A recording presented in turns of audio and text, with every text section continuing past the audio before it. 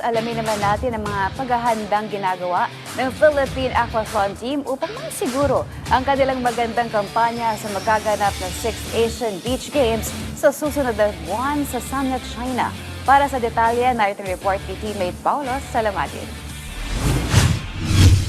Handa nang sumabak ang mga miyembro ng Philippine Aquathlon Team na pinangungunahan ni Southeast Asian Games Champion Kim Remolino at Raven Faith Alcoseba sa magaganap na ika-6 na edisyon ng Asian Beach Games mula April 22 hanggang 30 sa Sanya, China. Makakasama ni Remolino at Alcoseba sina Matthew Hermosa, Iñaki Lorbes at Erica Burgos sa ilalim ng pamumuno ng mga national coaches na sina Annie De Leon Brown, Coach Roland Andoy Remolino at Luan Ramos. Ayon kay Triathlon Association of the Philippines Vice President Sarita Zafra, kasalukuyang sumasa ilalim sa matinding training camp ang mga atletang lalahok sa nasabing kompetisyon. Ibinahagi rin ni Zafra na patuloy ang pagsali ng mga atleta sa mga local at international tournaments upang mahasa ang kanilang talento sa paglangoy at sa pagtakbo.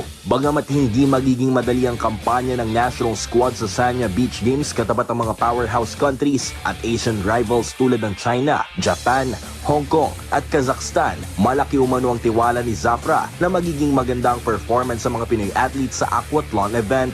Sa ngayon, patuloy na nag-ensayo sina Remolino at Alcoseba kasama ang buong Philippine Aquathlon Team sa bansa bago lumipad patungong China sa susunod na buwan. Paulo Salamatin para sa Atletang Pilipino para sa Bagong Pilipinas.